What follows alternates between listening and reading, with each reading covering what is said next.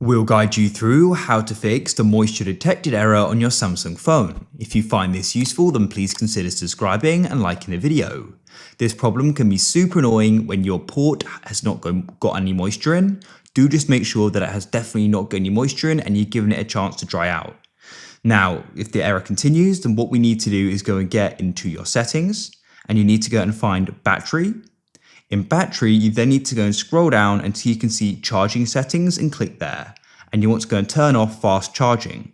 Now what you want to do is go and hold down the power button on the side of your phone. You may need to hold down the volume down button as well. And when you see this screen here, click on power off and power off again and wait for it to go and shut down. After it's shut down, first of all, you want to go and check the ports and just make sure there's no debris in there. Any dust, anything in there which could be causing a problem. To go and clear it out, I recommend using a soft brush, maybe a toothbrush or anything really which can get in there and give it a proper clean.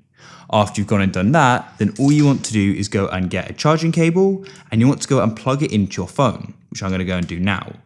Now, all you want to do is go and wait, and hopefully your phone should go and begin charging, then go and give it some time charging, and hopefully the problem will go and be resolved.